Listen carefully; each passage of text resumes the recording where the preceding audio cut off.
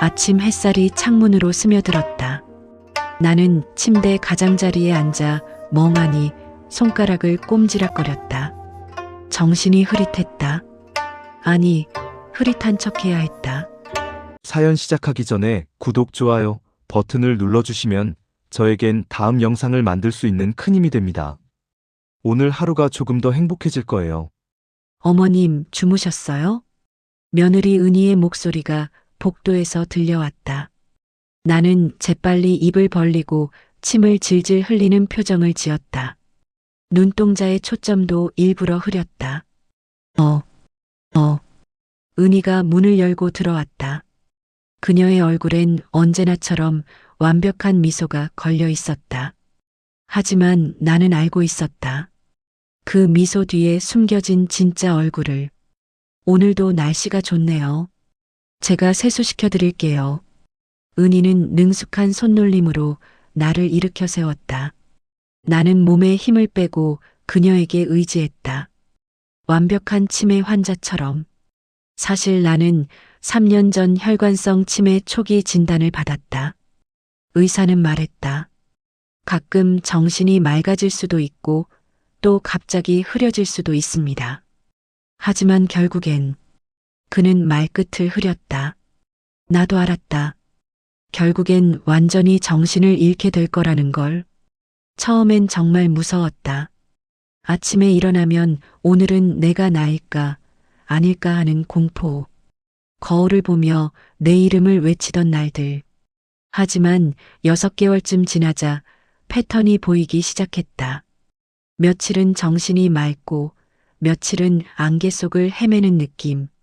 그러던 어느 날이었다. 정신이 유난히 또렷한 아침, 나는 침대에서 일어나 거실로 향했다. 은희가 부엌에서 아침 준비를 하고 있었다. 나는 소파에 앉아 텔레비전을 보는 척했다. 어머님, 아침 드세요. 은희가 상을 차려왔다. 흰 쌀밥, 된장국, 시금치나물, 김치. 평범한 한식 아침상이었다. 나는 숟가락을 들었다. 그때였다. 은희가 부엌으로 돌아가는 걸 보고 나는 무심코 국그릇을 들어 올렸다. 그런데 국물 표면에 뭔가 떠 있었다. 하얀 가루.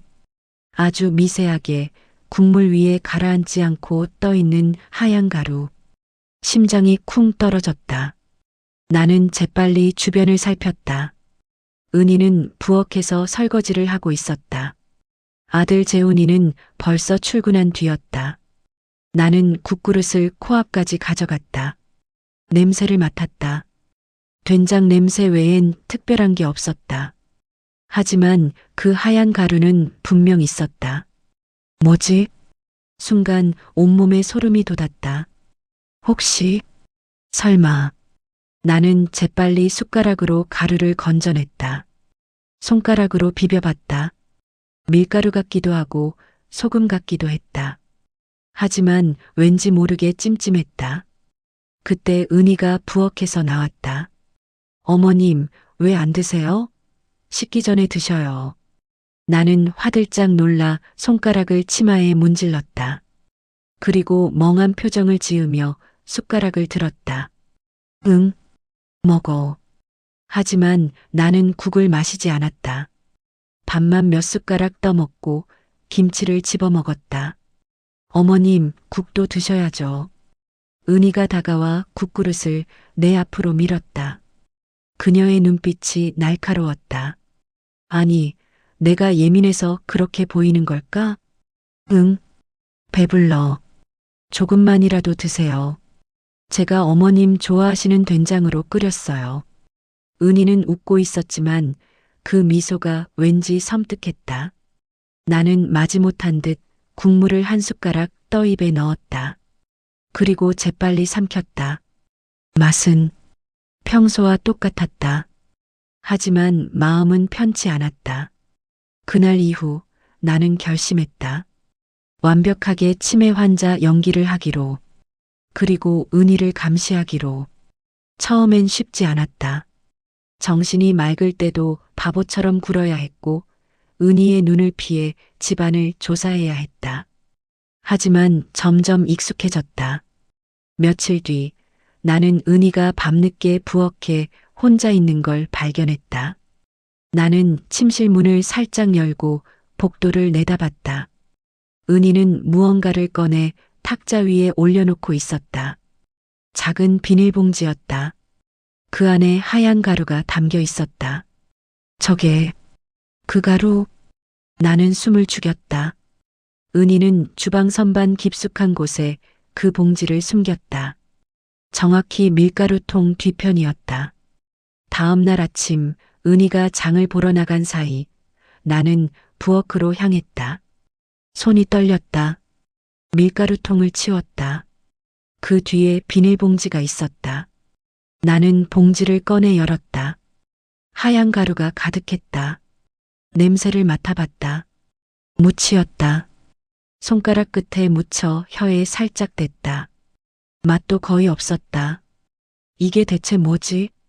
그때 현관문이 열리는 소리가 들렸다. 어머님 다녀왔어요. 은희였다. 나는 황급히 봉지를 제자리에 놓고 밀가루통으로 가렸다. 그리고 거실로 나가 소파에 앉았다. 침을 흘리며 텔레비전을 보는 척했다. 어머님, 혼자 계셨어요? 괜찮으세요? 은희가 다가와 내 어깨를 잡았다. 나는 고개를 끄덕이며 해벌쭉 웃었다. 응, 텔레비전. 재밌어. 그래요, 어머님. 점심 준비할게요. 은희는 부엌으로 갔다. 나는 그녀의 뒷모습을 지켜봤다. 그녀는 냉장고를 열고 재료를 꺼내고 능숙하게 칼질을 했다. 그리고 잠시 뒤 은희는 슬쩍 밀가루통 뒤를 확인했다. 비닐봉지를 꺼내 들고 잠깐 망설이더니 다시 제자리에 넣었다. 오늘은 안 타나 보네. 나는 안도의 한숨을 쉬었다. 하지만 그날 저녁 상황은 달랐다. 저녁 식사 준비를 하던 은희는 다시 그 봉지를 꺼냈다. 그리고 내 국그릇에 하얀 가루를 살짝 뿌렸다. 아주 조금, 눈치채기 힘들 정도로. 나는 그 장면을 복도 끝에서 목격했다. 화장실에 간다고 일어났다가 부엌 쪽을 슬쩍 본 것이었다. 역시 저 가루를 타고 있어. 저녁상이 차려졌다. 나는 평소처럼 멍한 표정으로 앉았다. 어머님 맛있게 드세요. 은희가 웃으며 말했다. 재훈이도 함께 앉아 있었다. 엄마, 오늘도 수고 많았어. 재훈이가 은희의 손을 잡았다. 은희는 부끄러운 듯 웃었다. 무슨 소리예요? 어머님 모시는 게 당연하죠. 나는 그들을 번갈아 봤다. 재훈이는 아무것도 모르는 것 같았다. 아니, 정말 모르는 걸까? 아니면 알면서도 모른 척하는 걸까? 나는 국그릇을 들었다. 역시 하얀 가루가 미세하게 떠 있었다. 심장이 뛰었지만 표정은 멍하게 유지했다. 엄마, 국 드세요. 재훈이가 말했다. 나는 고개를 끄덕이고 숟가락을 들었다. 하지만 마시지 않았다. 대신 슬쩍 국물을 흘렸다. 턱으로 흘려 옷에 묻혔다. 아이고, 어머님. 은희가 황급히 다가와 휴지로 닦아줬다. 나는 멍하니 있었다. 조심히 드셔야죠. 은희의 목소리엔 짜증이 섞여 있었다. 아주 미세하게 하지만 분명히. 식사가 끝나고 재훈이는 거실에서 뉴스를 봤다. 은희는 설거지를 했다. 나는 내 방으로 들어가 문을 닫았다. 그리고 침대에 누워 천장을 바라봤다. 저 가루가 대체 뭘까? 왜 내 국에만 넣는 걸까? 온갖 상상이 머릿속을 스쳤다. 독약? 수면제? 아니면 정말 치매를 악화시키는 약? 나는 몸을 떨었다. 무서웠다. 내 며느리가, 저 착하고 예쁜 며느리가 날 해치려는 걸까? 하지만 왜? 이유가 뭘까? 나는 생각했다. 재산? 나한텐 별로 없었다. 이 집도 재훈이 명의였고 예금도 몇 천만 원 정도였다. 보험? 그나마 보험금이 좀 있긴 했다. 남편이 일찍 세상을 떠나기 전에 들어준 종신보험. 수령자는 재훈이었다. 설마 그 보험금 때문에? 하지만 3억이면 요즘 세상에 사람 목숨과 바꾸기엔 적은 돈 아닌가? 아니, 은희에겐 충분할 수도 있었다. 재훈이 회사도 요즘 어렵다고 했고 은희는 전업주부였다. 아이들 교육비도 만만치 않았다. 그래도 설마 나는 고개를 저었다. 아직 확신할 수 없었다. 더 조사해야 했다. 그날 밤 모두가 잠든 뒤 나는 침대에서 일어났다. 발소리를 죽이고 복도로 나갔다. 은희와 재훈이 방에서 코 고는 소리가 들렸다. 나는 부엌으로 향했다. 밀가루통을 치우고 비닐봉지를 꺼냈다. 이번엔 조금 더 자세히 살펴봤다. 봉지엔 아무런 라벨도 없었다. 그냥 투명한 지퍼백이었다. 가루는 정말 밀가루처럼 보였다. 나는 조금 덜어내 작은 종이에 싸서 내 방으로 가져갔다. 나중에 병원에 가면 검사를 맡겨볼 생각이었다. 다음 날 나는 평소처럼 멍한 얼굴로 아침을 맞았다. 은희는 역시 국에 가루를 탔다. 나는 또 흘리는 척하며 마시지 않았다. 어머님, 요즘 드시는 게 너무 적으셔요. 걱정돼요. 은희가 말했다. 하지만 그녀의 눈엔 걱정보다 초조함이 보였다. 왜 초조해하지?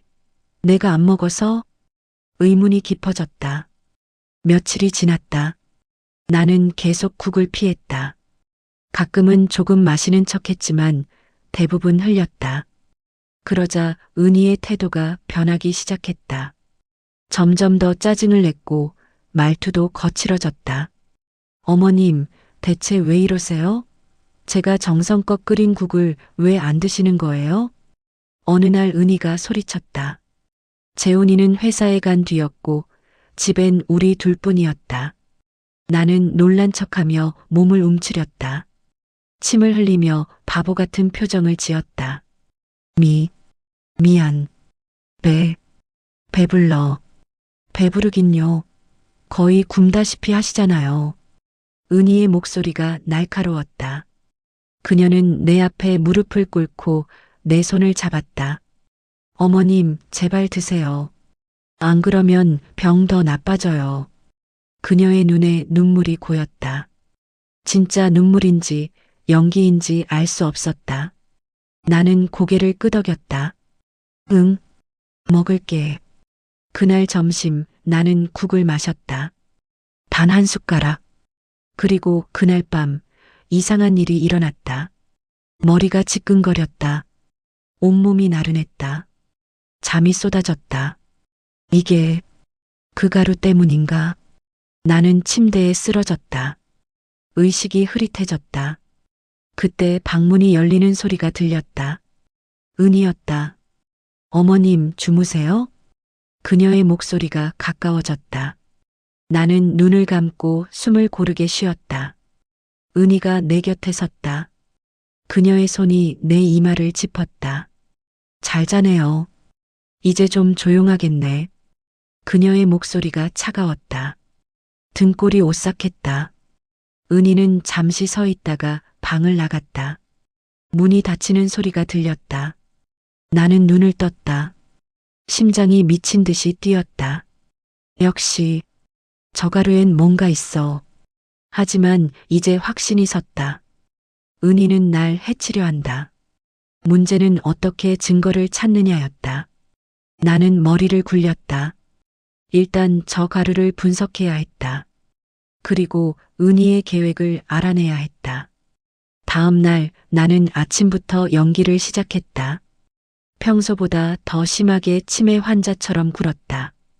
헛소리도 하고 엉뚱한 행동도 했다. 재훈아, 밥 먹고 학교 가야지.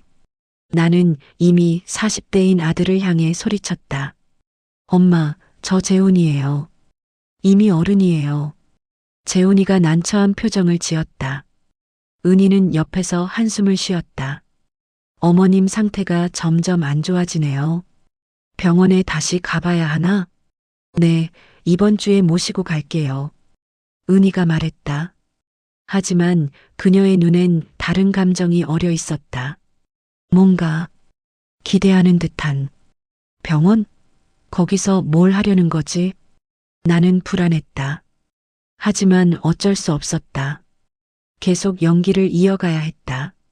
며칠 뒤 은희는 정말로 나를 병원에 데려갔다. 큰 대학병원이었다. 어머님 상태가 많이 악화됐어요. 은희가 의사에게 말했다. 의사는 나를 진찰했다. 기억력 검사를 해보겠습니다. 의사가 질문을 던졌다. 나는 대부분 틀린 답을 했다. 일부러. 오늘이 며칠인지 아세요? 응. 겨울. 대통령 이름은요? 박정혜? 의사는 고개를 저었다. 많이 진행되셨네요. 약을 조절해야겠습니다. 진료가 끝나고 은희는 약을 받아왔다. 그리고 집으로 돌아오는 길에 약국에도 들렀다. 어머님 드실 비타민도 사드려야죠. 은희는 비타민 한 통을 샀다. 하지만 왠지 찝찝했다. 집에 돌아온 뒤 나는 은희가 준 비타민을 살펴봤다. 겉보기엔 평범한 종합 비타민이었다. 하지만 나는 믿을 수 없었다. 나중에 확인해 봐야겠다고 생각했다. 그날 밤 나는 또다시 집안을 탐색했다. 은희의 방, 옷장, 서랍. 그리고 마침내 찾았다. 은희의 화장대에 깊숙한 곳, 화장품 박스 밑에 숨겨진 작은 노트. 나는 노트를 꺼내 펼쳤다. 손이 떨렸다. 첫 페이지엔 날짜와 함께 메모가 적혀 있었다. 11월 3일 -0.5G2요. 반응 없음. 11월 10일 -1G2요. 졸음 증세. 11월 17일 -1.5G2요. 깊은 수면. 페이지를 넘길수록 심장이 얼어붙었다. 12월 1일 -2G2요. 호흡 약간 느려짐. 12월 8일 -2요 중단. 너무 빠르면 의심받을 수 있음. 12월 15일 재개. 일주씩 꾸준히. 마지막 페이지엔 이렇게 적혀 있었다. 목표 자연사로 위장. 3개월 내 완료. 보험금 3억 예금 5천만 원 총 3억 5천만 원. 그 아래 작은 글씨로 재훈이는 모른다. 절대 들키면 안 됨. 나는 노트를 덮었다. 온몸이 떨렸다. 내 며느리가 정말로 분노와 공포가 동시에 밀려왔다. 하지만 동시에 안도감도 들었다. 재훈이는 모른다는 것. 내 아들은 이 끔찍한 계획에 연루되지 않았다는 것. 나는 노트를 사진으로 찍었다. 내 오래된 휴대폰으로. 은희는 내가 휴대폰을 제대로 못 쓴다고 생각했지만 사실 나는 아직 사진 정도는 찍을 수 있었다. 모든 페이지를 찍은 뒤 나는 노트를 제자리에 돌려놓았다. 정확히 있던 그대로. 방으로 돌아와 나는 침대에 앉았다. 머리를 싸맸다. 이제 어떻게 하지? 경찰에 신고. 하지만 증거가 충분할까? 노트만으로는 부족할 수도 있었다. 게다가 그 하얀 가루가 정확히 뭔지도 모르는 상황이었다. 재훈이에게 말하기. 하지만 며느리를 믿는 아들이 내 말을 믿어줄까? 오히려 치매가 더 심해졌다고 생각할 수도 있었다. 나는 결정했다. 더 확실한 증거를 모아야 한다고. 그리고 은희의 다음 행동을 지켜봐야 한다고. 다음 날 아침 나는 평소보다 더 바보 같은 표정을 지었다. 은희 앞에서 밥을 흘리고 헛소리를 했다. 할머니 어디 갔어? 할머니 밥 줘야 하는데. 나는 이미 세상을 떠난 시어머니를 찾았다. 은희는 피식 웃었다. 어머님, 할머님은 돌아가셨잖아요. 거짓말. 아까 봤는데. 에휴, 어머님. 그만 헛소리 하시고 드세요. 은희가 국그릇을 내밀었다. 역시 하얀 가루가 떠 있었다. 나는 순순히 마셨다. 한 숟가락만. 그리고 졸린 척하며 소파에 누웠다. 은희는 만족한 듯 고개를 끄덕이고 설거지를 시작했다. 나는 눈을 살짝 뜨고 그녀를 지켜봤다. 은희는 휴대폰을 꺼내 누군가에게 문자를 보냈다. 누구한테 보내는 거지? 나는 궁금했지만 확인할 방법이 없었다. 오후가 되자 재훈이가 일찍 퇴근했다. 그는 내 방으로 와서 내 손을 잡았다. 엄마, 괜찮으세요? 재훈이의 눈엔 진심 어린 걱정이 담겨 있었다. 응, 괜찮아. 우리 아들. 나는 재훈이의 얼굴을 쓰다듬었다. 눈물이 날 것 같았다. 내가 이 사실을 알면 얼마나 충격받을까. 하지만 나는 참았다. 아직은 때가 아니었다. 엄마, 제가 주말에 맛있는 거 해드릴게요. 엄마 좋아하시는 갈비찜. 그래. 고맙다. 재훈이가 나간 뒤 나는 다시 혼자가 됐다. 은희는 거실에서 드라마를 보고 있었다. 나는 조용히 일어나 화장실로 갔다. 그리고 거울을 봤다. 주름진 얼굴, 흐릿한 눈동자, 축 처진 입꼬리. 하지만 그 눈 속엔 여전히 불꽃이 살아 있었다. 은희야, 너는 날 과소평가했어. 늙고 병든 시어머니라고 얕잡아 봤지. 하지만 나도 한때는 세상 풍파를 다 겪은 사람이야. 내가 생각하는 것보다 훨씬 더 강해. 나는 거울 속 내 모습을 향해 미소 지었다. 그리고 다짐했다. 반드시 진실을 밝혀내겠어. 그리고 너를 절대 용서하지 않을 거야. 다음 날 아침 나는 일찍 눈을 떴다. 정신이 맑았다. 요즘 들어 맑은 날이 더 많아진 것 같았다. 아이러니하게도 은희가 먹이는 그 가루 때문에 오히려 정신을 바짝 차리게 됐다. 은희는 아침 준비를 하고 있었다. 나는 평소처럼 멍한 표정으로 거실로 나왔다. 어머님, 주무셨어요? 오늘은 날씨가 좀 쌀쌀하네요. 응, 추워. 나는 이불을 끌어안고 소파에 앉았다. 텔레비전을 켰다. 아침 뉴스가 나왔다. 은희가 상을 차려왔다. 역시나 된장국이 있었다. 나는 국그릇을 들어 올렸다. 역시 하얀 가루가 살짝 떠 있었다. 매일 똑같네. 나는 한 숟가락 마시는 척하고 대부분 흘렸다. 은희는 한숨을 쉬었다. 어머님, 또 흘리셨네요. 제가 떠드릴게요. 은희가 내 앞에 앉아 숟가락을 들었다. 나는 입을 벌렸다. 어쩔 수 없이 몇 숟가락은 삼켜야 했다. 국물이 목으로 넘어가는 순간 나는 온 신경을 집중했다. 맛은 평범한 된장국. 하지만 뭔가 미세하게 쓴맛이 도는 것 같기도 했다. 기분 탓일까? 식사를 마치고 은희는 설거지를 했다. 나는 소파에 누워 눈을 감았다. 은희는 내가 잠든 줄 알고 휴대폰을 꺼냈다. 나는 눈을 살짝 뜨고 그녀를 지켜봤다. 은희는 문자를 확인하고 무언가를 타이핑했다. 그리고 전화를 걸었다. 응, 나야. 응, 잘 되고 있어. 걱정 마. 조금만 더 기다려. 응, 알았어. 은희의 목소리가 낮았다. 누구와 통화하는 걸까? 통화가 끝나자 은희는 한숨을 쉬고 부엌으로 갔다. 나는 눈을 떴다. 누구지? 대체 누구와 공모하는 거야? 머릿속이 복잡했다. 은희 혼자서는 이런 계획을 세우기 어려웠을 것이다. 누군가 도와주는 사람이 있을 거였다. 오후가 되자 재훈이가 퇴근했다. 그는 피곤한 얼굴로 소파에 앉았다. 엄마, 오늘도 괜찮으셨어요? 응, 괜찮아. 은희야, 수고했어. 저녁은 뭐야? 김치찌개 끓였어요. 어머님 드시기 좋게요.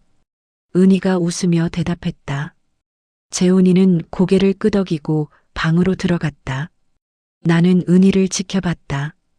그녀는 부엌에서 저녁 준비를 계속했다. 하지만 그녀의 표정엔 뭔가 조급함이 어려 있었다. 왜 저렇게 조급해하지? 계획이 틀어진 건가? 저녁 식사 시간이 됐다. 상이 차려졌고 우리는 함께 앉았다. 어머님 드세요. 은희가 내 앞에 김치찌개를 놓았다. 나는 국물을 떴다. 역시 하얀 가루. 나는 한 숟가락 마셨다. 그리고 갑자기 기침을 했다. 으흑, 으흑. 어머님, 괜찮으세요? 재훈이가 놀라 내 등을 두드렸다. 나는 계속 기침을 했다. 그리고 국물을 뱉어냈다. 에휴, 어머님. 천천히 드셔야죠. 은희의 목소리엔 짜증이 섞여 있었다. 하지만 재훈이 앞이라 애써 참는 것 같았다. 엄마, 괜찮으세요? 물 드릴게요. 재훈이가 물을 가져왔다. 나는 물을 마시고 진정했다. 미안해. 괜찮아요, 엄마. 천천히 드세요. 식사는 계속됐다. 하지만 나는 김치찌개를 거의 먹지 않았다. 밥만 조금 먹고 반찬만 집어 먹었다. 어머님, 국물도 드셔야 기운이 나죠. 은희가 다시 김치찌개를 내 앞으로 밀었다. 나는 고개를 저었다. 배불러. 조금만이라도요. 싫어. 나는 완강했다. 은희의 얼굴이 굳었다. 어머님, 왜 이러세요? 제가 정성껏 끓였는데. 은희야, 엄마가 배부르다잖아. 억지로 먹이지 마. 재훈이가 말했다. 은희는 입을 다물었다. 하지만 그녀의 눈빛이 날카로워졌다. 식사가 끝나고 재훈이는 텔레비전을 봤다. 은희는 설거지를 했다. 나는 내 방으로 들어갔다. 침대에 앉아 나는 생각에 잠겼다. 은희가 통화한 사람이 누굴까? 혹시 남자? 순간 섬뜩한 생각이 들었다. 혹시 은희에게 다른 남자가 있는 건 아닐까? 그리고 그 남자와 함께 나를 제거하고 보험금을 나눠 가지려는 건 아닐까? 나는 고개를 저었다. 너무 드라마 같은 생각이었다. 하지만 완전히 배제할 수도 없었다. 밤이 깊어졌다. 모두가 잠들었다. 나는 조용히 침대에서 일어났다. 오늘은 은희의 휴대폰을 확인해야겠다고 생각했다. 나는 발소리를 죽이고 복도로 나갔다. 은희와 재훈이 방문 앞에 섰다. 코 고는 소리가 들렸다. 문을 살짝 열었다. 다행히 삐걱거리는 소리는 나지 않았다. 방 안은 어두웠다. 하지만 달빛이 창문으로 들어와 희미하게 밝혔다. 은희와 재훈이는 침대에서 자고 있었다. 은희의 휴대폰은 침대 옆 탁자 위에 있었다. 나는 숨을 죽이고 조심스럽게 다가갔다. 손이 떨렸다. 휴대폰을 집어들었다. 화면을 켰다. 비밀번호가 필요했다. 뭘까? 나는 몇 가지를 시도했다. 은희의 생일, 재훈이의 생일, 아이들 생일. 5번째 시도에서 풀렸다. 결혼기념일이었다. 나는 재빨리 문자를 확인했다. 최근 문자들. 오빠, 나 너무 힘들어. 조금만 기다려. 곧 끝날 거야. 정말? 언제쯤? 1~2달이면 충분할 거야. 알았어. 그때까지 참을게. 오빠? 누구지? 나는 연락처를 확인했다. 그 번호는 오빠로 저장돼 있었다. 친오빠인가? 아니면 나는 계속 문자를 읽었다. 은희야, 너무 무리하지 마. 들키면 큰일 나. 걱정 마. 나 완벽하게 하고 있어. 그래도 조심해. 재훈이가 눈치채면. 재훈이는 바보야. 아무것도 몰라. 나는 이를 악물었다. 재훈이가 바보라고? 내 아들을 그렇게 부르다니. 나는 더 과거로 올라가 문자를 확인했다. 오빠, 이 방법 정말 괜찮은 거야? 응, 내가 알아봤어. 천천히 조금씩 먹이면 자연사로 보일 거야. 정말? 응, 검사에도 안 나올 거야. 걱정 마. 나는 숨이 막혔다. 정말로. 계획적인 살인이었다. 그때였다. 침대에서 뒤척이는 소리가 들렸다. 나는 화들짝 놀라 휴대폰을 제자리에 놓았다. 그리고 재빨리 방을 나왔다. 복도에서 숨을 고르며 내 방으로 돌아갔다. 심장이 미친 듯이 뛰었다. 오빠, 대체 누구지? 나는 침대에 앉아 생각했다. 은희에게 오빠가 있다는 얘기는 들어본 적이 없었다. 재훈이도 처제나 처남 얘기를 한 적이 없었다. 혹시 친오빠가 아니라 애인? 그럴 가능성이 높았다. 그렇다면 모든 게 설명됐다. 은희는 다른 남자와 바람이 났고 그 남자와 함께 나를 죽여 보험금을 타고 재훈이와 이혼할 계획인 것이다. 나는 분노가 치밀었다. 하지만 동시에 냉정해져야 했다. 증거를 더 모아야 해. 그리고 그 오빠가 누군지 알아내야 해. 다음 날 아침 나는 평소처럼 멍한 표정으로 나왔다. 은희는 아침 준비를 하고 있었다. 어머님 주무셨어요? 응. 나는 소파에 앉았다. 은희는 상을 차려왔다. 역시 국에 하얀 가루가 있었다. 나는 한 숟가락 마셨다. 그리고 또 흘렸다. 아이고 어머님. 은희가 한숨을 쉬며 휴지로 닦아줬다. 재훈이가 출근 준비를 하고 나왔다. 엄마 잘 계세요. 은희야 수고해. 응, 조심히 다녀와요. 재훈이가 나간 뒤 집엔 나와 은희만 남았다. 은희는 설거지를 하다가 휴대폰을 확인했다. 문자가 온 모양이었다. 그녀는 재빨리 타이핑했다. 그리고 미소를 지었다. 나는 그 모습을 지켜봤다. 분노가 끓어올랐지만 꾹 참았다. 오후가 되자 은희가 외출 준비를 했다. 어머님, 제가 장 좀 보고 올게요. 혼자 계셔도 괜찮으시죠? 응, 괜찮아. 절대 밖에 나가시면 안 돼요. 알았죠? 응. 은희가 나갔다. 나는 창문으로 그녀를 지켜봤다. 은희는 차를 타고 떠났다. 지금이야. 나는 재빨리 움직였다. 은희의 방으로 가서 다시 노트를 꺼냈다. 혹시 새로운 내용이 추가됐나 확인했다. 마지막 페이지에 새로운 메모가 있었다. 1월 5일 마이너스 오빠와 통화. 계획 순조로움. 2월 말까지 완료 예정. 그 아래 작은 글씨로 오빠가 말한 장소에서 만나기로. 재훈이 몰래. 장소? 어디? 나는 더 찾아봤다. 다른 서랍들도 뒤졌다. 그리고 옷장 깊숙한 곳에서 또 다른 봉투를 발견했다. 봉투 안엔 사진들이 들어 있었다. 은희와 어떤 남자가 함께 찍은 사진들. 그 남자는 낯익었다. 이 사람 어디서 봤지? 나는 기억을 더듬었다. 그리고 떠올랐다.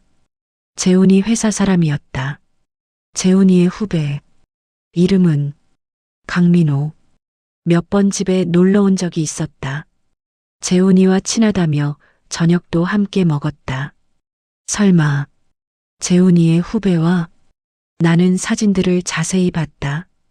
은희와 민호는 손을 잡고 있었다. 포옹하고 있었다. 입맞춤하고 있었다. 이 배은망덕한. 나는 사진들을 다시 봉투에 넣고 제자리에 돌려놓았다. 손이 떨렸다. 침실을 나와 거실로 갔다. 소파에 앉아 심호흡했다. 강민호, 재훈이의 후배. 이제 모든 게 명확해졌다. 은희는 민호와 바람이 났고 둘이 함께 나를 제거할 계획을 세운 것이다. 얼마 뒤 은희가 돌아왔다. 어머님 다녀왔어요. 혼자 잘 계셨어요? 응. 참 어머님. 내일 병원 가야 해요. 검진 받으셔야 해요. 병원? 또? 왜? 병원. 어머님 상태 확인하셔야죠. 건강검진이에요. 나는 고개를 끄덕였다. 하지만 마음속으론 경계했다. 병원에서 뭘 하려는 거지? 혹시 의사와도 짜고 있는 건 아닐까? 다음 날 은희는 나를 병원에 데려갔다. 같은 대학병원이었다. 어머님 건강검진 받으러 왔습니다. 접수를 하고 우리는 대기실에 앉았다. 나는 주변을 둘러봤다. 많은 노인들이 있었다. 모두 지친 얼굴이었다. 박순자 환자분, 들어오세요. 내 이름이 불렸다. 나는 은희와 함께 진료실로 들어갔다. 의사가 나를 진찰했다. 혈압, 맥박, 청진. 혈액 검사도 해야겠습니다. 네, 의사 선생님. 은희가 공손하게 대답했다. 간호사가 와서 체열을 했다. 나는 바늘이 팔에 꽂히는 걸 지켜봤다. 이 피에서 그 가루가 검출될까? 하지만 은희가 말한 대로라면 검출되지 않을 것이다.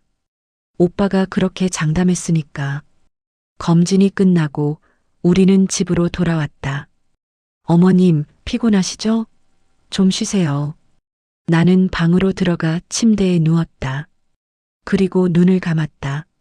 하지만 잠들지 않았다. 귀를 기울였다. 은희가 거실에서 전화하는 소리가 들렸다. 응, 오빠. 오늘 검진 받았어. 응, 아무 이상 없대. 다행이지. 응, 이번 주 토요일? 좋아. 재훈이는 골프 간대. 응, 그럼 그때 봐. 토요일? 이번 주 토요일에 민호를 만나는 것이다. 나는 눈을 떴다. 계획이 떠올랐다. 그날 미행해야겠어. 그리고 사진을 찍어야 해. 결정적인 증거를. 며칠이 지났다. 나는 계속 연기를 이어갔다. 은희 앞에선 바보처럼 굴고 혼자 있을 땐 계획을 세웠다. 토요일 아침이 왔다. 재훈이는 일찍 골프 가방을 챙겼다. 엄마 다녀올게요. 은희야, 엄마 잘 부탁해. 걱정 마세요. 다녀오세요. 재훈이가 나간 뒤 은희는 샤워를 했다. 그리고 예쁘게 화장을 했다. 어머님, 제가 잠깐 친구 만나고 올게요. 혼자 계셔도 괜찮으시죠? 응, 괜찮아. 절대 밖에 나가시면 안 돼요. 알았죠? 응. 은희가 나갔다. 나는 창문으로 그녀를 지켜봤다. 은희는 차를 타고 떠났다. 나는 재빨리 움직였다. 외출 준비를 했다. 모자를 쓰고 선글라스를 끼고 마스크를 했다. 그리고 택시를 불렀다. 어디로 모실까요? 강남역 부근으로 가주세요. 은희의 문자에서 본 장소였다. 강남역 근처 카페. 택시는 출발했다. 나는 창밖을 바라봤다. 심장이 뛰었다. 잘 될까? 들키지 않을까? 하지만 나는 해야 했다. 이게 마지막 기회일 수도 있었다. 강남역에 도착했다. 나는 택시비를 내고 내렸다. 카페는 역 근처에 있었다. 나는 조심스럽게 다가갔다. 창문 너머로 안을 들여다봤다. 은희가 보였다. 그리고 그녀 맞은편에 강민호. 둘은 손을 잡고 있었다. 웃고 있었다. 나는 휴대폰을 꺼내 사진을 찍었다. 여러 장. 그리고 카페 안으로 들어갔다. 카운터에서 커피를 주문하고 구석 자리에 앉았다. 은희와 민호에게서 멀리 떨어진 곳. 그들은 나를 알아보지 못했다. 모자와 선글라스, 마스크 덕분이었다.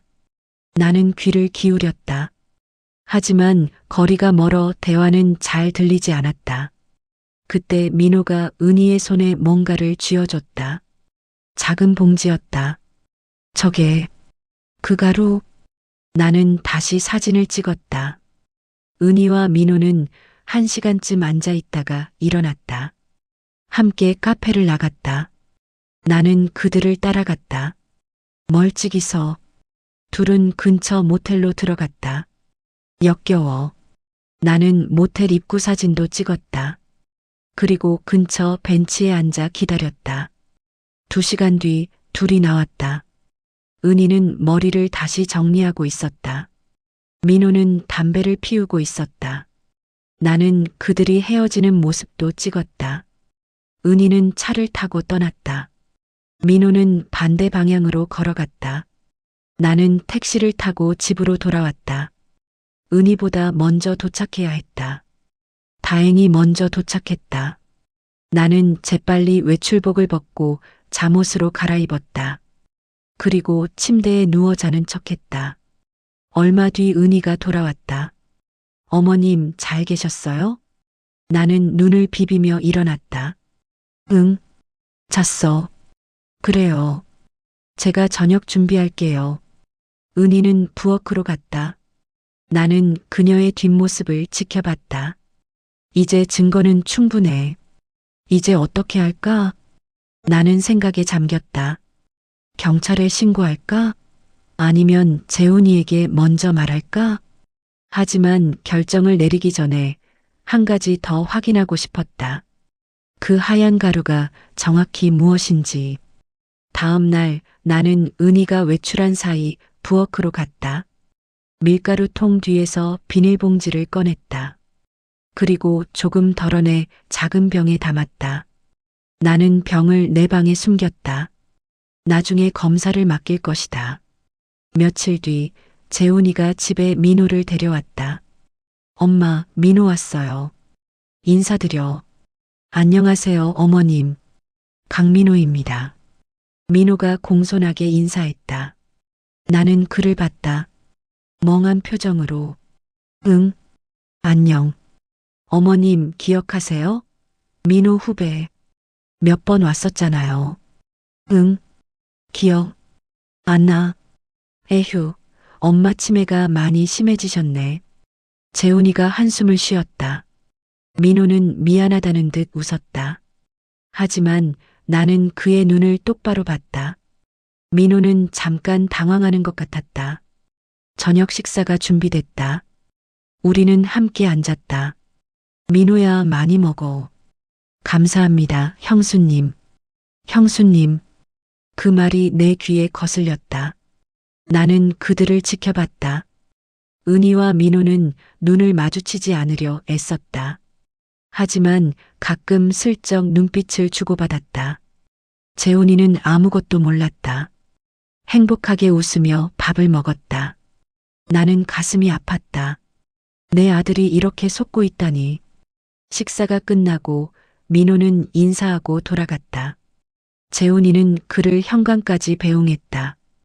은희는 설거지를 했다. 나는 내 방으로 들어갔다. 그리고 결심했다. 더 이상 기다릴 수 없어. 재훈이에게 말해야 해. 하지만 어떻게? 어떤 식으로 말해야 재훈이가 믿어줄까? 나는 밤새 고민했다. 그리고 다음 날 아침 기회가 왔다. 재훈이가 혼자 거실에 있었다. 은희는 샤워 중이었다. 나는 재훈이에게 다가갔다. 그리고 그의 손을 잡았다. 재훈아. 응, 엄마. 왜요? 나는 재훈이의 눈을 똑바로 봤다. 그리고 또렷한 목소리로 말했다. 재훈아, 엄마 정신 멀쩡해. 엄마 말 잘 들어. 재훈이의 눈이 커졌다. 엄마, 은희가 나한테 이상한 가루를 먹이고 있어. 날 죽이려고. 재훈이는 얼어붙은 표정으로 나를 바라봤다. 엄마, 무슨 소리예요? 재훈아, 엄마 말 믿어줘. 은희가 내 국에 매일 이상한 가루를 타고 있어. 나를 천천히 죽이려는 거야. 재훈이는 내 손을 뿌리쳤다. 엄마, 정신 차리세요. 은희가 왜 그런 짓을 해요? 민호, 강민호. 은희가 그 애랑 바람났어. 둘이 짜고 날 죽여서 보험금을 타려는 거야. 엄마. 재훈이의 목소리가 커졌다. 그때 샤워실 문이 열렸다. 왜 그래요? 무슨 일이에요? 은희가 머리를 수건으로 감싼 채 나왔다. 재훈이는 나와 은희를 번갈아 봤다. 그의 얼굴엔 혼란이 가득했다. 은희야, 엄마가 이상한 소리를 하시네. 무슨 소리요? 엄마가 당신이 국에 이상한 가루를 탄다고. 그리고 민호랑 은희의 얼굴이 하얗게 변했다. 단 1초. 하지만 나는 놓치지 않았다. 그녀는 곧 놀란 표정을 지었다. 어머님, 무슨 말씀이세요? 제가 왜 그런 짓을 해요? 거짓말하지 마. 내가 다 봤어. 토요일에 민호를 만난 것도, 모텔에 간 것도. 은희는 재훈이를 봤다. 그리고 눈물을 흘렸다. 여보, 어머님 병이 정말 심해지신 것 같아요. 저를 의심하시다니. 은희. 재훈이는 은희를 끌어안았다. 엄마, 진정하세요. 은희가 왜 그런 짓을 해요? 엄마 치매가 심해져서 망상을 하시는 거예요. 재훈아, 엄마는 정신 멀쩡하다니까. 증거도 있어. 나는 내 방으로 뛰어갔다. 그리고 휴대폰을 가져왔다. 여기 봐. 사진. 나는 휴대폰을 재훈이에게 내밀었다. 은희와 민호가 카페에서 손을 잡은 사진, 봉지를 주고받는 사진, 모텔 앞 사진. 재훈이는 사진들을 봤다. 그의 얼굴이 굳어졌다. 이게 뭐예요? 은희는 사진을 보고 당황했다. 하지만 곧 진정했다. 여보, 설명할게요. 그날 민호가 상담을 요청해서 만난 거예요. 회사 일로 고민이 있다고. 모텔은 왜 갔어? 내가 소리쳤다. 모텔? 무슨? 저는 모텔에 안 갔어요. 거짓말. 내가 직접 봤다고. 재훈이는 나와 은희를 번갈아 봤다. 그의 눈엔 혼란과 고통이 가득했다. 엄마, 은희. 대체 누구 말을 믿어야 해요? 재훈이, 엄마 말을 믿어줘. 은희 방에 노트가 있어. 거기에 날짜별로 투여량이 적혀 있어. 확인해봐. 재훈이는 은희를 봤다. 노트? 무슨 노트? 저는 그런 노트 없어요. 거짓말. 화장대 서랍에 있어. 나는 은희의 방으로 갔다. 재훈이와 은희도 따라왔다. 나는 화장대를 열었다. 서랍을 뒤졌다. 하지만 노트가 없었다. 어디 갔어? 분명 여기 있었는데. 나는 계속 찾았다. 옷장도 뒤지고 침대 밑도 들여다봤다. 하지만 노트는 사라졌다. 엄마 없잖아요. 재훈이의 목소리가 차가웠다. 아니야. 분명 여기 있었어. 은희가 숨긴 거야. 어머님, 저는 그런 노트 만든 적 없어요. 어머님이 착각하신 거예요. 은희의 목소리는 차분했다. 하지만 그녀의 눈엔 승리감이 어려 있었다. 나는 절망했다. 노트를 미리 옮겨놨구나. 언제? 어떻게? 그럼 가루는? 부엌에 하얀 가루가 있어. 밀가루통 뒤에. 나는 부엌으로 갔다. 밀가루통을 치웠다. 하지만 거기에도 아무것도 없었다. 없어. 왜? 나는 주저앉았다. 다리에 힘이 풀렸다. 재훈이가 다가왔다. 엄마, 이제 그만하세요. 병원에 가봐야 할 것 같아요. 재훈아. 엄마는. 엄마. 재훈이의 목소리가 단호했다. 엄마 치매가 많이 심해지신 것 같아요. 은희를 의심하고 없는 것을 봤다고 하시고. 이러다 큰일 나요. 재훈아, 제발 엄마 말 좀 믿어줘. 하지만 재훈이는 고개를 저었다. 나는 은희를 봤다. 그녀는 슬픈 표정을 짓고 있었다. 하지만 그 눈 속엔 차가운 빛이 있었다. 이 여자가 날 이겼어. 나는 절망에 빠졌다. 재훈이는 나를 방으로 데려갔다. 엄마, 좀 쉬세요. 제가 병원 예약할게요. 재훈아. 엄마, 이제 그만하세요. 제발. 재훈이는 방을 나갔다. 문이 닫혔다. 나는 침대에 앉아 눈물을 흘렸다. 억울했다. 분했다. 내가 뭘 잘못했지? 왜 아무도 내 말을 안 믿어주지? 하지만 생각해보면 당연했다. 나는 치매 환자였다. 아무리 증거를 대도 치매 환자의 망상으로 치부될 뿐이었다. 그리고 은희는 너무나 완벽하게 준비했다. 노트도 미리 치웠고 가루도 숨겼다. 어떻게 알았지? 내가 찾은 걸. 순간 섬뜩한 생각이 들었다. 혹시 은희가 나를 감시하고 있었던 건 아닐까? CCTV? 아니면 나는 방 안을 둘러봤다. 구석구석 살폈다. 그리고 찾았다. 옷장 위 작은 물건 사이에 숨겨진 초소형 카메라. 이 여자가 날 감시하고 있었어. 나는 카메라를 내려다봤다. 작고 검은 렌즈가 나를 향하고 있었다. 분노가 치밀었다. 하지만 동시에 생각했다. 그렇다면 나도 이용할 수 있어. 나는 카메라를 제자리에 놓았다. 그리고 평소처럼 행동했다. 침대에 누워 멍하니 천장을 바라봤다. 은희가 보고 있다는 걸 알면서도 밤이 됐다. 저녁 식사 시간이었다. 나는 거실로 나갔다. 재훈이와 은희가 식탁에 앉아 있었다. 엄마, 드세요. 재훈이의 목소리는 차가웠다. 아직도 내가 은희를 의심한 것에 화가 난 모양이었다. 나는 조용히 앉았다. 국그릇을 봤다. 역시 하얀 가루가 있었다. 은희는 계속하고 있어. 재훈이가 뭐라고 해도 나는 국을 마셨다. 이번엔 흘리지 않았다. 그냥 마셨다. 은희가 놀란 표정을 지었다. 하지만 곧 만족한 듯 고개를 끄덕였다. 식사가 끝나고 나는 방으로 들어갔다. 그리고 침대에 누워 카메라를 향해 생각했다. 은희야, 넌 이겼다고 생각하겠지. 하지만 아직 끝나지 않았어. 나는 아직 숨겨둔 증거가 있었다. 휴대폰 사진들, 그리고 작은 병에 담아둔 가루 샘플. 이걸 어떻게 활용할까? 나는 밤새 계획을 세웠다. 다음 날 아침 재훈이가 출근하기 전에 나는 그에게 다가갔다. 재훈아, 엄마 어제 미안했어. 엄마가 착각한 것 같아.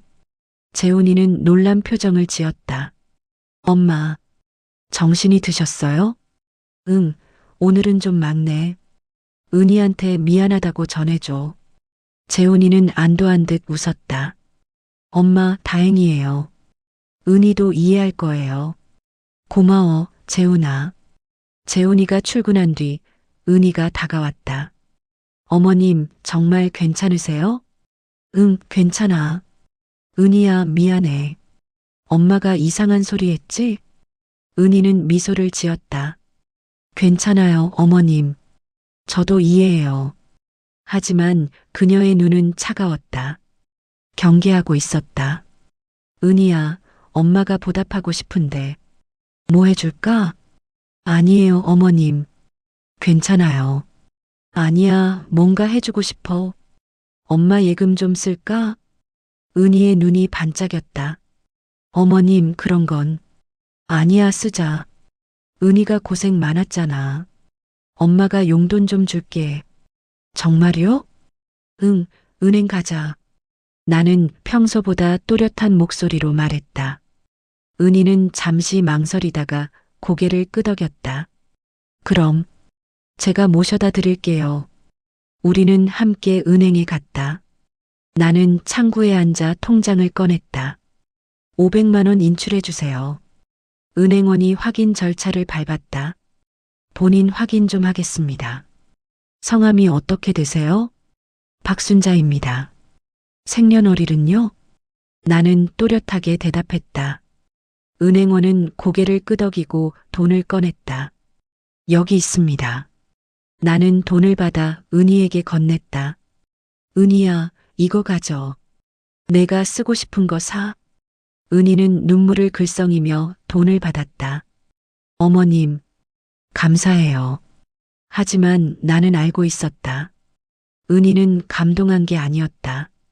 그저 돈이 반가운 것뿐이었다. 집으로 돌아오는 길 나는 은희에게 말했다. 은희야, 엄마 요즘 많이 안 좋은 것 같아. 병원 다시 가볼까? 네, 어머님. 좋은 생각이에요. 그리고 엄마 만약에 무슨 일 생기면 재훈이 잘 부탁해. 은희는 내 손을 잡았다. 어머님, 무슨 말씀을 그렇게 하세요? 오래오래 사셔야죠. 하지만 그녀의 목소리엔 진심이 없었다. 집에 도착한 뒤 나는 평소처럼 행동했다. 멍하니 텔레비전을 보고 낮잠을 자고 저녁을 먹었다. 하지만 밤이 되자 나는 다시 움직였다. 은희와 재훈이가 잠든 뒤 나는 침대에서 일어났다. 그리고 숨겨뒀던 가루 샘플을 꺼냈다. 이걸 검사해야 해. 하지만 어떻게? 순간 아이디어가 떠올랐다. 예전에 친하게 지내던 약사 친구. 은퇴했지만 아직 연락은 되었다. 나는 조심스럽게 휴대폰을 꺼내 문자를 보냈다. 영수가 나 순자야. 도움이 필요해. 내일 만날 수 있을까? 잠시 뒤 답장이 왔다. 순자야, 오랜만이다. 무슨 일이야? 만나자. 나는 안도의 한숨을 쉬었다. 다음 날 나는 은희에게 말했다. 은희야, 엄마 친구 좀 만나고 올게. 어머님, 혼자 괜찮으세요? 응, 괜찮아. 가까운 데야. 택시 타고 갈게. 은희는 망설이다가 고개를 끄덕였다. 알겠어요. 조심히 다녀오세요. 나는 택시를 타고 영숙이네 집으로 갔다. 영숙이는 반갑게 맞아줬다. 순자야, 오랜만이다. 그런데 무슨 일이야? 나는 가루 샘플을 꺼냈다. 영수가 이거 좀 분석해 줄 수 있어? 이게 뭔데? 모르겠어. 그래서 부탁하는 거야. 영숙이는 샘플을 받아들었다. 알았어. 아는 사람한테 부탁해 볼게. 며칠 걸릴 거야. 고마워, 영수가. 순자야, 무슨 일 있어? 얼굴이 안 좋아 보이는데. 나는 잠시 망설이다가 말했다. 영수가. 사실은 나는 모든 걸 털어놨다. 은희의 계획 하얀 가루, 노트, 민호와의 불륜. 영숙이는 놀란 표정으로 들었다. 순자야, 그게 정말이야? 응, 정말이야. 하지만 아무도 안 믿어줘. 재훈이도. 순자야, 그럼 경찰에 신고해야지. 증거가 없어. 노트도 사라졌고 가루도 숨겼어. 이 샘플밖에 없어. 영숙이는 내 손을 잡았다. 순자야, 걱정 마. 내가 도와줄게. 이 샘플 분석해서 뭐가 나오는지 확인해 볼게. 고마워, 영숙아. 나는 영숙인에서 점심을 먹고 집으로 돌아왔다. 은희는 내가 돌아오자 안도한 표정을 지었다. 어머님, 친구분 잘 만나고 오셨어요? 응, 잘 만나고 왔어. 다행이에요. 저녁 준비할게요. 저녁 식사 시간, 나는 평소처럼 국을 마셨다. 하얀 가루가 든 국을. 하지만 이번엔 두렵지 않았다. 곧 진실이 밝혀질 것이기 때문이었다. 며칠이 지났다. 나는 영숙이에게서 연락을 기다렸다. 그러던 어느 날 저녁 휴대폰이 울렸다. 순자야, 나야. 영수가 결과 나왔어? 응. 순자야, 이거 심각해. 내 심장이 쿵 떨어졌다. 뭔데? 이 가루. 쥐약이야. 정확히는 와파린 성분의 항응고제야. 소량으로 장기간 복용하면 내부 출혈을 일으켜 자연사처럼 보이게 하는 거지. 나는 숨이 막혔다. 정말? 응, 정말이야. 순자야, 당장 경찰에 신고해야 해. 알았어, 영수가. 고마워. 나는 전화를 끊었다. 손이 떨렸다. 쥐약. 은희가 날 천천히 독살하고 있었어. 분노와 공포가 동시에 밀려왔다. 하지만 이제 증거가 생겼다. 확실한 증거가. 나는 재훈이에게 다시 말해야 했다. 이번엔 과학적 증거와 함께. 다음 날 아침 재훈이가 출근하기 전에 나는 그를 붙잡았다. 재훈아, 엄마 할 말 있어. 엄마, 무슨 일이에요? 앉아봐. 중요한 얘기야. 재훈이는 소파에 앉았다. 나는 그 옆에 앉아 진지하게 말했다. 재훈아, 엄마 지난번에 한 말 기억나지? 엄마, 또 그 얘기예요? 재훈아, 들어봐. 이번엔 증거가 있어. 나는 휴대폰을 꺼내 영숙이가 보내준 검사 결과를 보여줬다. 이거 봐. 은희가 내 국에 타던 가루야. 검사 결과 쥐약 성분이 나왔어. 와파린이라는 항응고제야. 재훈이는 서류를 봤다. 그의 얼굴이 창백해졌다. 이게 정말이에요? 응, 정말이야. 엄마 친구 영숙이가 검사해줬어. 재훈이는 고개를 들어 나를 봤다. 그의 눈엔 혼란이 가득했다. 하지만 은희가 왜? 보험금 때문이야. 그리고 민호. 나는 휴대폰에 저장된 사진들을 보여줬다. 은희와 민호가 카페에서 손을 잡은 사진, 모텔 앞 사진. 재훈이는 사진들을 하나하나 봤다. 그의 손이 떨렸다. 이게 언제? 지난주 토요일. 내가 골프 간 날. 재훈이는 휴대폰을 떨어뜨렸다. 그리고 얼굴을 감쌌다. 이럴 수가. 은희가, 민호가. 그때 부엌에서 은희가 나왔다. 무슨 일이에요? 그녀는 우리를 보고 순간 얼어붙었다. 재훈이 손에 든 서류를, 바닥에 떨어진 휴대폰을 봤다. 여보, 뭐 보는 거예요? 재훈이는 천천히 고개를 들어 은희를 봤다. 그의 눈엔 눈물이 고여 있었다. 당신, 정말 이런 짓을 한 거예요? 은희의 얼굴이 하얗게 변했다. 무슨 소리예요? 쥐약. 당신이 엄마 국에 쥐약을 탔어요. 은희는 뒤로 물러났다. 아니에요. 저는 그런 짓 안 했어요. 어머님이 또 착각하신 거예요. 착각? 재훈이는 검사 결과 서류를 들어 올렸다. 이게 착각이에요? 과학적 검사 결과가? 그건. 은희는 말을 잇지 못했다. 재훈이는 일어섰다. 그리고 은희에게 다가갔다. 민호는요? 민호랑 모텔 간 것도 착각이에요? 여보, 그건 오해예요. 오해? 재훈이의 목소리가 떨렸다. 손잡고 모텔 가고. 그게 오해예요? 은희는 울음을 터뜨렸다. 여보, 제발. 제 말 좀 들어봐요. 하지만 재훈이는 고개를 저었다. 나가요. 당장 이 집에서 나가요. 여보, 나가라고요. 재훈이의 고함에 은희는 움찔했다. 그녀는 나를 봤다. 그 눈엔 증오가 가득했다. 이게 다 어머님 때문이에요. 뭐? 어머님이 없었으면 우리 행복했을 텐데. 은희는 소리쳤다. 어머님 때문에 제 인생이 망가졌어요. 매일 치매 환자 돌보고 똥오줌 치우고. 저도 사람이에요. 저도 살고 싶었어요. 재훈이는 은희의 뺨을 때렸다.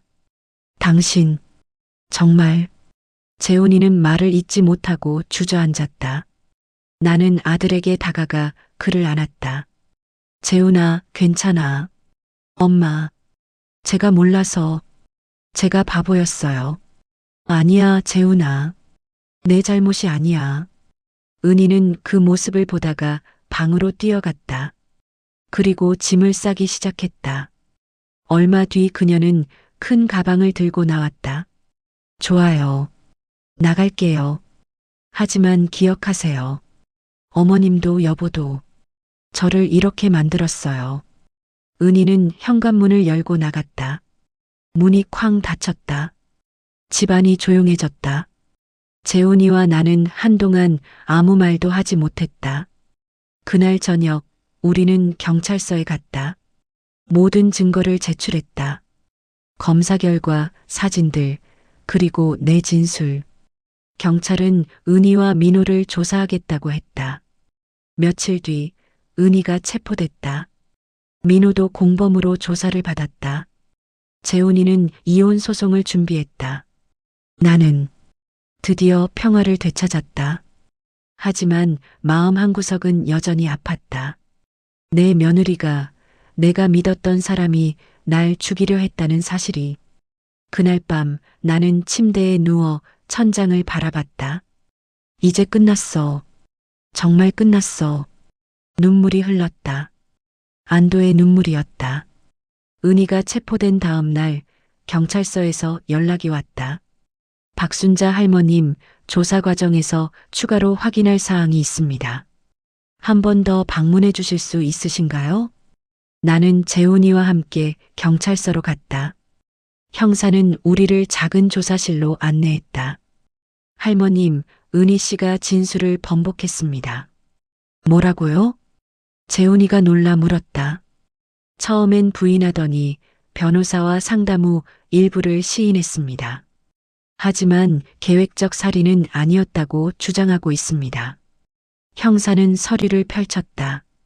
은희 씨 주장에 따르면 처음엔 단순히 어머님을 재우려는 목적이었다고 합니다. 수면제를 구하려 했는데 처방전이 필요해서 민호 씨가 대안을 제시했다고 하네요. 대안이요? 네, 소량의 와파린을 사용하면 피로감과 졸음을 유발해 얌전히 계신다고 설득했답니다. 은희 씨는 살인 의도는 전혀 없었고 단지 돌봄 부담을 줄이려 했을 뿐이라고 주장합니다. 나는 코웃음을 쳤다. 거짓말입니다. 그 노트의 투여량을 점점 늘린 게 기록돼 있었어요.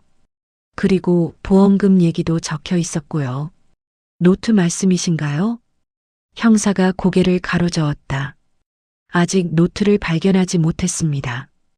은희 씨 집을 압수수색했지만 찾지 못했어요. 없을 리가 없어요. 분명 있었다니까요. 할머님, 진정하세요. 노트가 없어도 다른 증거들이 있습니다. 와파린 샘플 분석 결과, 은희 씨의 휴대폰 기록, 민호 씨와의 메시지. 형사는 태블릿을 꺼내 보여줬다. 은희 씨와 민호 씨의 메시지를 복구했습니다. 여기 보세요. 화면에는 둘의 대화가 떠 있었다. 민호, 은희야, 이거 정말 괜찮은 거야? 법적으로 문제되는 거 아니야? 은희 걱정 마. 소량이면 검사에도 안 나와. 그냥 노안으로 돌아가신 걸로 보일 거야. 민호 그래도 이건 너무. 은희 오빠, 우리 약속했잖아. 이것만 끝나면 재훈이랑 이혼하고 오빠랑 새로 시작하기로. 민호 알았어. 하지만 절대 들키면 안 돼. 은희 걱정 마. 완벽하게 할게. 재훈이는 화면을 보며 얼굴을 찌푸렸다. 저 새끼가. 재훈 씨, 진정하세요. 형사가 말했다. 민호 씨도 공범으로 조사 중입니다. 와파린을 구해준 정황도 있고요. 다만, 형사는 잠시 말을 멈췄다. 다만 뭔가요? 민호 씨가 은희 씨를 배신했습니다. 예. 민호 씨는 자신은 단순히 조언만 했을 뿐, 실행은 은희 씨가 혼자 한 것이라고 주장하고 있습니다. 와파린도 자신이 직접 구해준 게 아니라 구할 수 있는 방법만 알려줬다고 하고요. 은희를 배신하다니.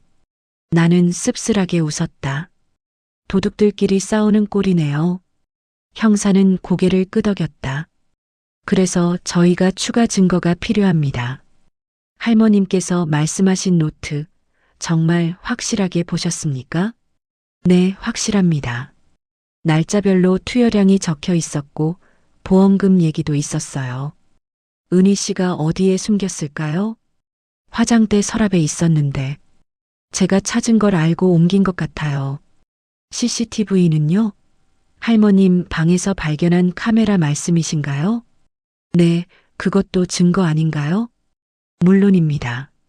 하지만 은희 씨는 그것도 어머님 안전을 위한 것이었다고 주장합니다. 치매 환자가 혼자 계실 때 사고가 날까봐 설치했다고요. 나는 한숨을 쉬었다. 은희는 끝까지 빠져나갈 궁리를 하고 있었다. 형사님, 제 와이프, 아니 곧 전 와이프가 될 사람을 꼭 처벌해 주세요. 재훈이가 간절하게 말했다. 최선을 다하겠습니다. 일단 구속은 된 상태니까요.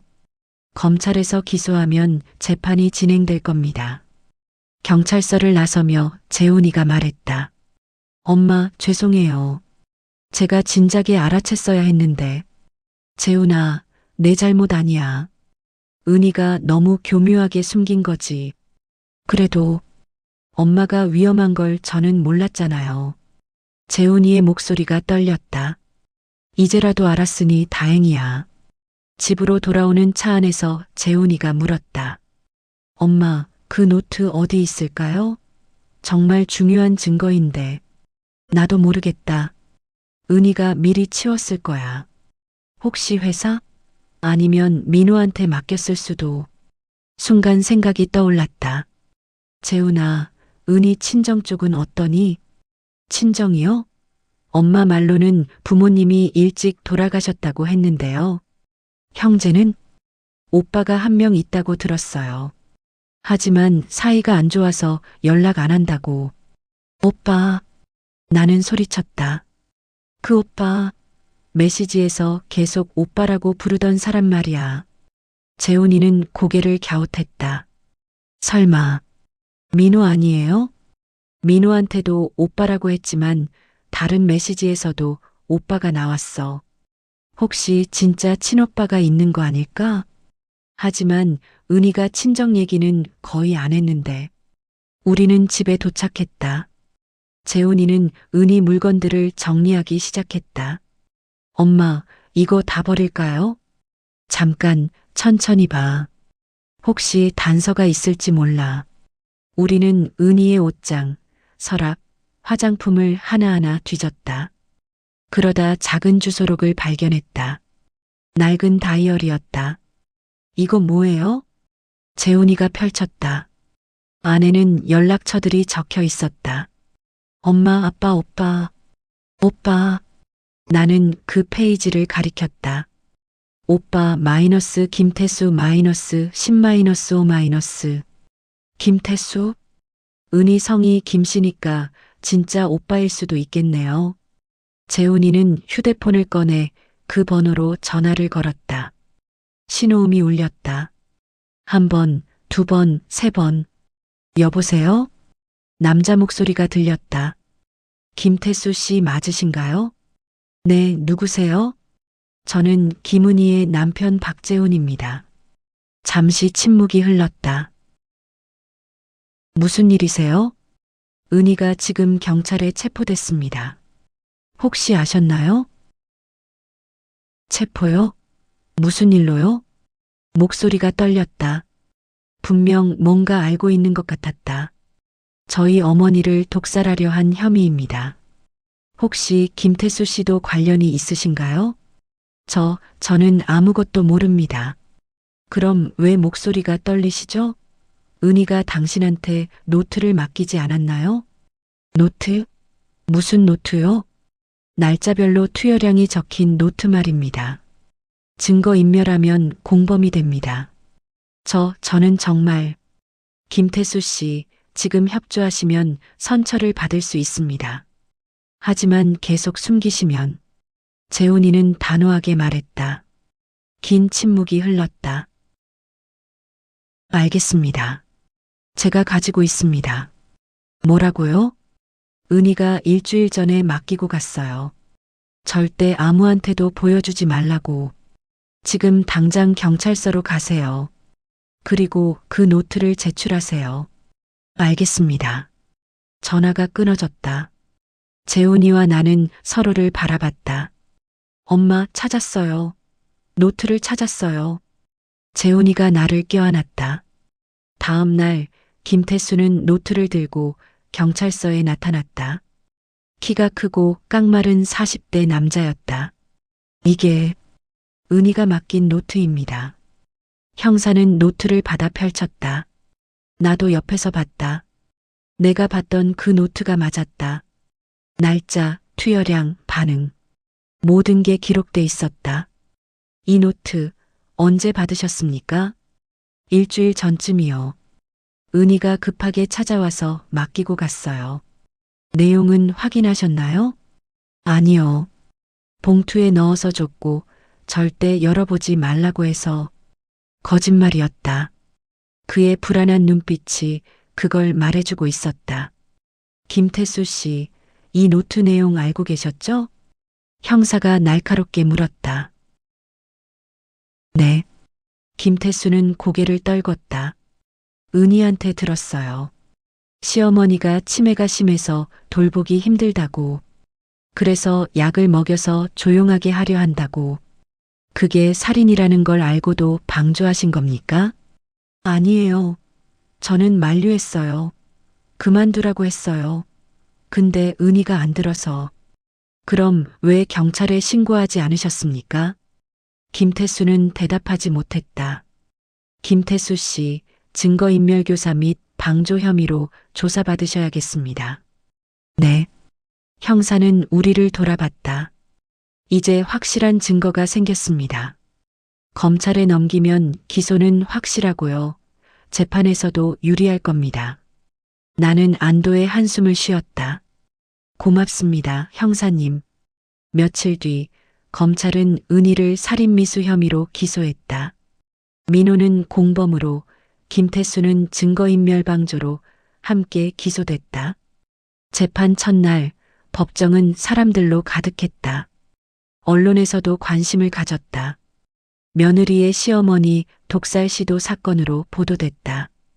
은희는 죄수복을 입고 피고석에 앉아 있었다. 초췌한 얼굴이었다. 검사가 기소장을 낭독했다.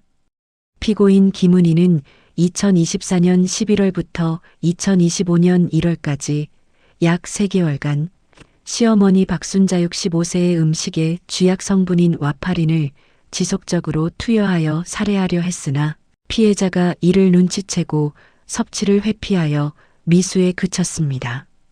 은희는 고개를 숙이고 있었다. 피고인은 공범 강민호와 짜고 이 범행을 계획했으며 피해자 사망 시 받게 될 보험금 3억 원을 동기로 범행을 저질렀습니다.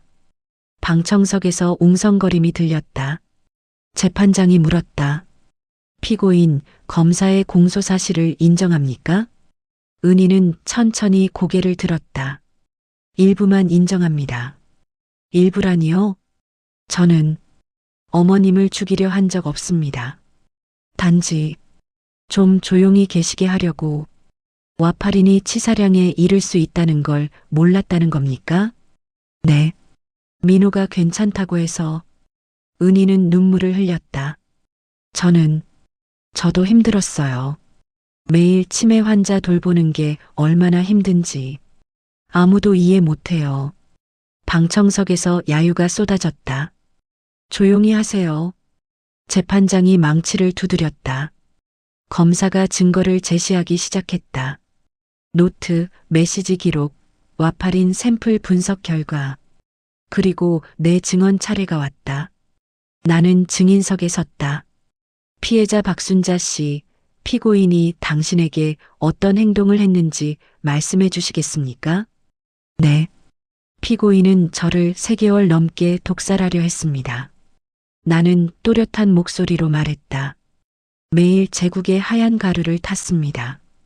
처음엔 뭔지 몰랐지만 나중에 확인해 보니 쥐약이었습니다. 어떻게 알아차리셨습니까? 국물에 가루가 떠 있는 걸 봤습니다. 그래서 의심하게 됐고 피고인을 감시하기 시작했습니다. 치매 환자셨는데 어떻게 감시할 수 있었습니까? 저는 혈관성 치매 초기 환자입니다. 가끔 정신이 맑아질 때가 있습니다. 그럴 때 피고인을 관찰했고 증거를 모았습니다. 대단하십니다. 그런데 왜 바로 신고하지 않으셨습니까? 아무도 믿어주지 않았습니다. 치매 환자의 말이라고 치부했죠. 심지어 제 아들도. 나는 재훈이를 봤다. 재훈이는 고개를 숙이고 있었다. 그래서 확실한 증거를 모으기로 했습니다.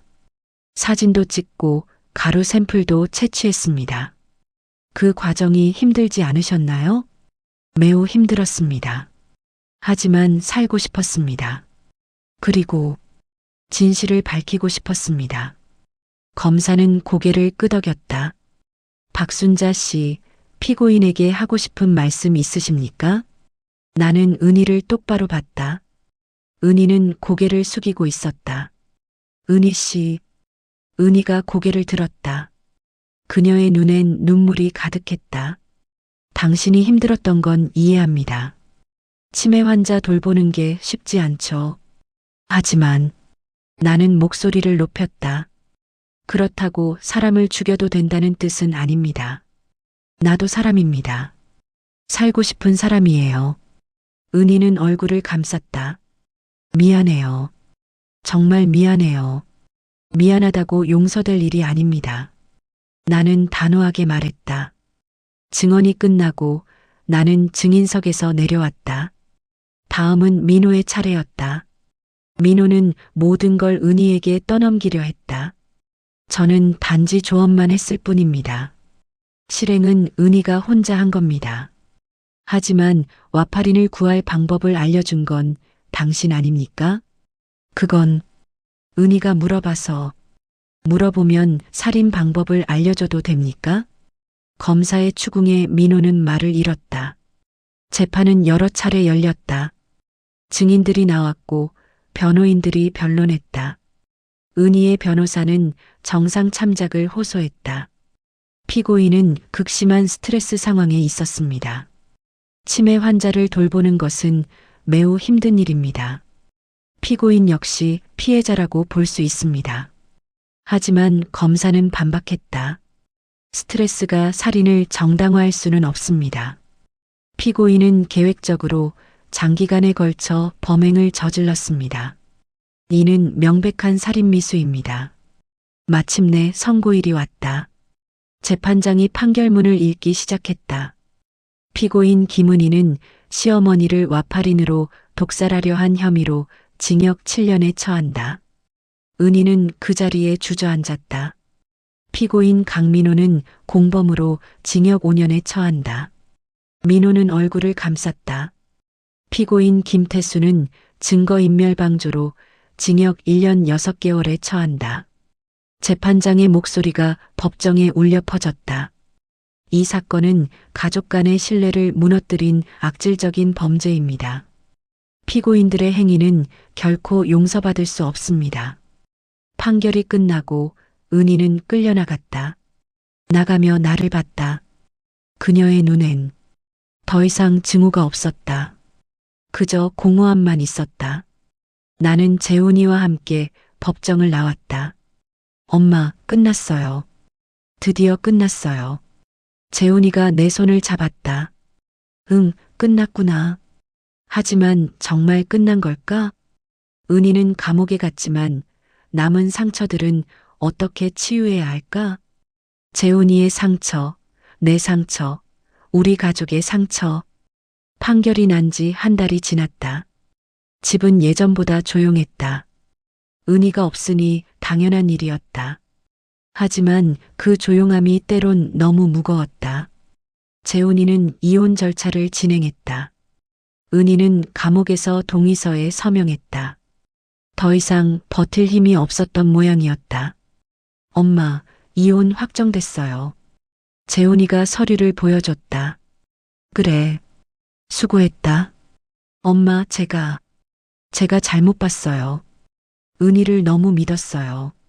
재훈아, 그만 자책해라. 사람 마음을 어떻게 다 알겠니? 하지만 재훈이는 여전히 괴로워했다. 밤마다 술을 마셨고 말수도 줄었다. 나는 그런 아들을 보며 가슴이 아팠다. 어느 날 저녁 재훈이와 단둘이 저녁을 먹으며 말했다. 재훈아, 엄마가 요양원 알아볼까? 재훈이가 놀라 고개를 들었다. 엄마, 무슨 소리예요? 엄마가 있으면 내가 재혼도 못하잖니. 재혼은 무슨... 저는 당분간 혼자 살 거예요. 재훈아, 넌 아직 젊어. 다시 시작할 수 있어. 재훈이는 고개를 저었다. 엄마, 저는 엄마 때문에 이렇게 된 거 아니에요. 제 잘못이에요.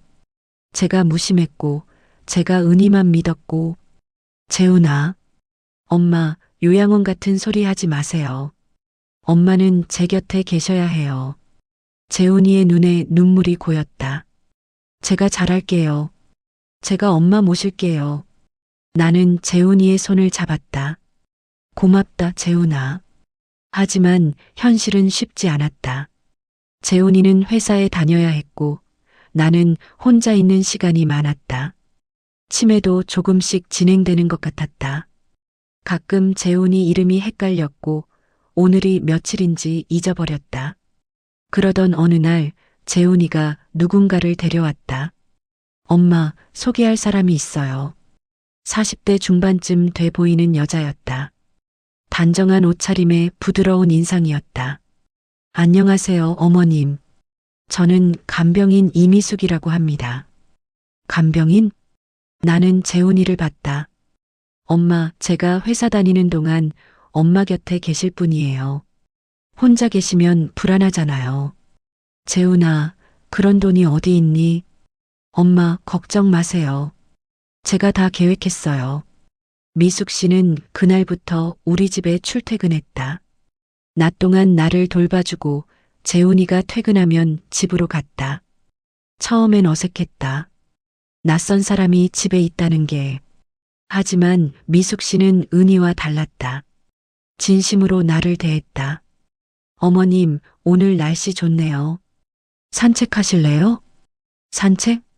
네, 가까운 공원만 다녀와도 기분이 좋아지실 거예요. 우리는 함께 공원에 갔다. 벤치에 앉아 햇살을 쬐었다. 어머님 힘드셨죠? 미숙 씨가 조용히 물었다. 응? 제가 다 들었어요. 며느리분한테 당하신 일. 나는 고개를 끄덕였다. 많이 힘들었어요. 이제 괜찮으실 거예요. 제가 옆에 있을게요. 미숙 씨의 손이 따뜻했다. 며칠이 지나며 나는 미숙 씨에게 마음을 열기 시작했다. 미숙 씨, 왜 이 일을 하게 됐어요? 제 어머니도 치매셨거든요. 제가 몇 년간 모셨어요. 그래요? 네, 힘들었지만. 그래도 후회는 없어요. 어머니를 잘 모셨다는 게 자랑스러워요. 나는 미숙 씨의 눈을 봤다. 진심이 보였다. 미숙 씨, 고마워요. 어머님, 저야말로 감사해요. 어머님 덕분에 제가 다시 의미 있는 일을 하게 됐어요. 시간이 흐르며 우리 집은 조금씩 활기를 되찾았다. 재훈이도 예전보다 밝아졌다. 미숙 씨가 있으니 안심이 됐던 모양이다. 엄마, 오늘 제가 갈비찜 해드릴게요. 재훈아, 내가 언제 요리를. 엄마, 유튜브 보고 배웠어요. 한번 해볼게요. 재훈이는 부엌에서 열심히 요리했다. 서툴렀지만 정성이 느껴졌다. 저녁 식탁에 갈비찜이 올라왔다. 어때요, 엄마? 맛있어요? 응, 맛있다. 우리 재훈이가 다 컸네. 재훈이는 환하게 웃었다. 오랜만에 보는 웃음이었다.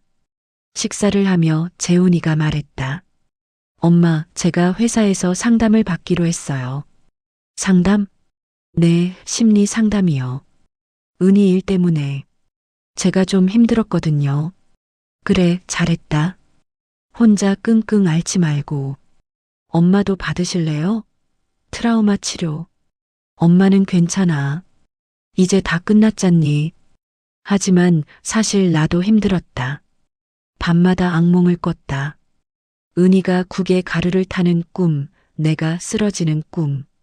어느 날 밤 나는 비명을 지르며 깼다. 재훈이가 달려왔다. 엄마, 괜찮으세요? 재훈아, 꿈을 꿨어. 무슨 꿈이요? 은희가 또. 재훈이는 나를 꼭 안아줬다. 엄마, 괜찮아요. 은희는 감옥에 있어요. 이제 안전해요. 하지만 불안은 쉽게 가시지 않았다. 미숙 씨의 권유로 나도 상담을 받기 시작했다. 상담사는 젊은 여자였다. 어머님, 그동안 많이 힘드셨죠? 응. 천천히 말씀해 주세요. 어떤 느낌이 드셨나요? 나는 조금씩 말하기 시작했다. 두려움, 분노, 배신감. 말을 하다 보니 눈물이 났다. 무서웠어요. 죽을 수도 있었는데 아무도 안 믿어줬어요. 많이 외로우셨겠어요. 응, 너무 외로웠어요. 상담사는 내 손을 잡아줬다. 이제 괜찮으세요. 어머님은 살아남으셨어요. 그리고 진실을 밝혀내셨어요. 대단하세요. 그 말에 나는 펑펑 울었다. 그동안 참았던 눈물이 쏟아졌다. 상담을 받으며 나는 조금씩 나아졌다. 악몽도 줄어들었고 밤에도 잘 잘 수 있게 됐다. 그러던 어느 날 재훈이가 퇴근하며 말했다. 엄마, 이번 주말에 어디 갈까요? 어디? 바다요. 엄마 바다 좋아하시잖아요. 바다. 좋지. 우리는 주말에 동해 바다로 갔다. 미숙 씨도 함께였다.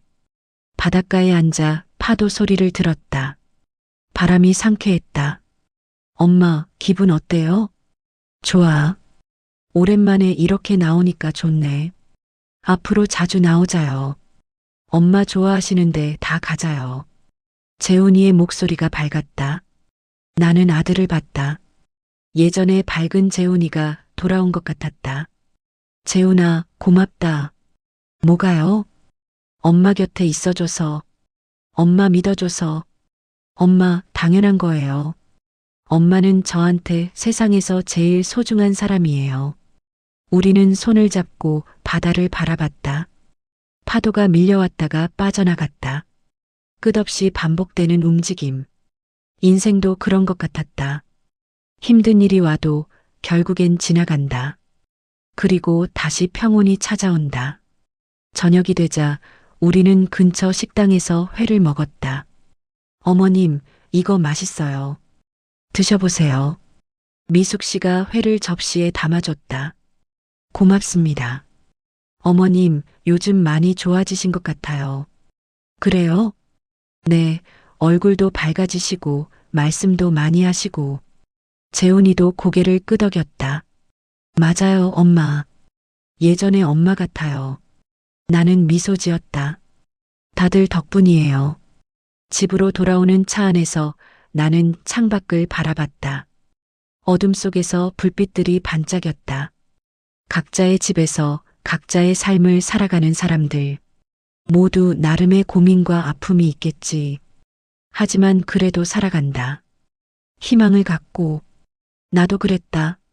죽음의 위기에서 살아남았다. 이제 남은 시간을 의미 있게 보내고 싶었다. 집에 도착해 나는 일기를 꺼냈다. 요즘 매일 쓰고 있는 일기였다. 오늘은 바다에 다녀왔다. 재훈이, 미숙 씨와 함께.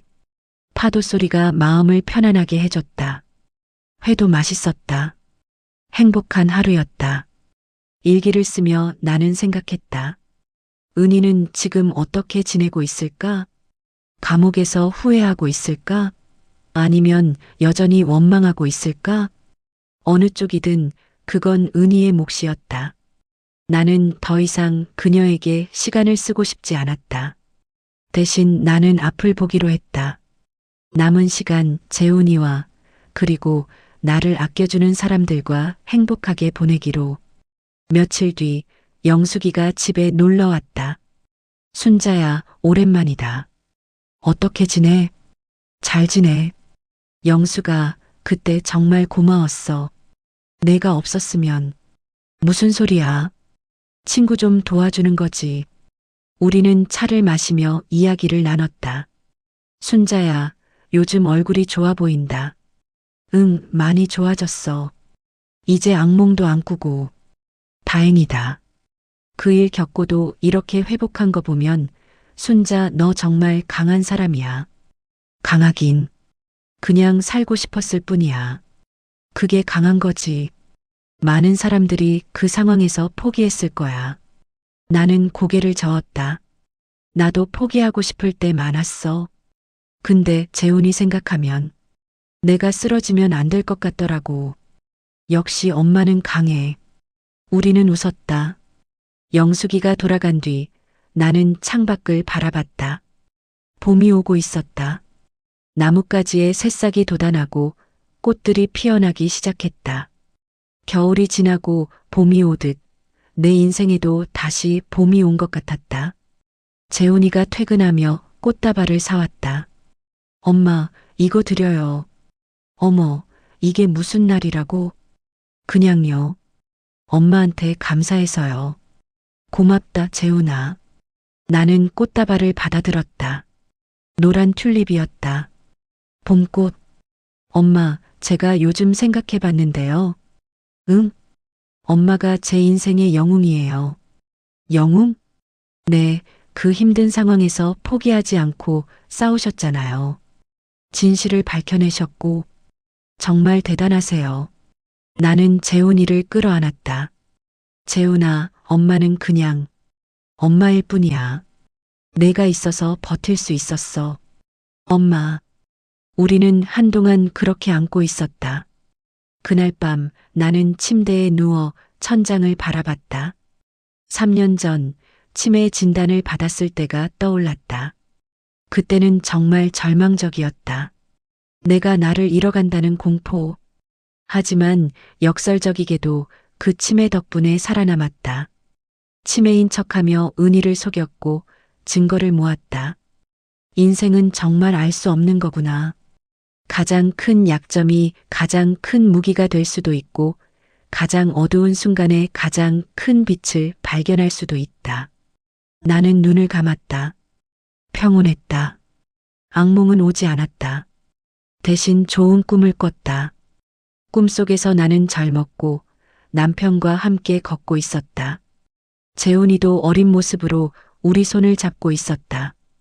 우리는 함께 웃으며 걸었다. 끝없이 이어진 길을. 아침에 눈을 떴을 때 나는 미소 짓고 있었다. 좋은 아침이야.